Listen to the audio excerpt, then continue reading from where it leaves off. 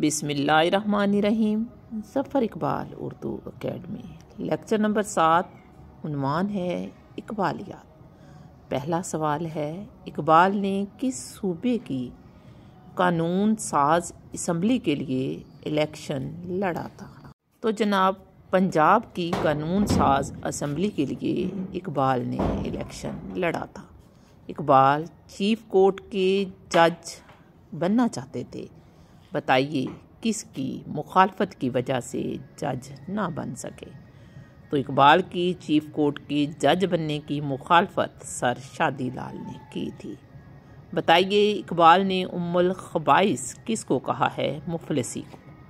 बताइए इकबाल ने उम्मुल खबाइस किस किताब में कहा है मुफलिसी को? तो इल्मुल इक्तिसाद में कहा है। इकबाल की पहली ज़रीफ़ाना नज़्म कौन सी है? ज़रीफ़ाना नज़्म है दीनो दुनिया से। इल्लामा इकबाल पर किस आलिम दीन ने कुफ्र का फतवा लगाया? मस्जिद वज़ीर खान के इमाम मौलवी अबू मोहम्मद दीदार अली ने कुफ्र का फतवा लगाया।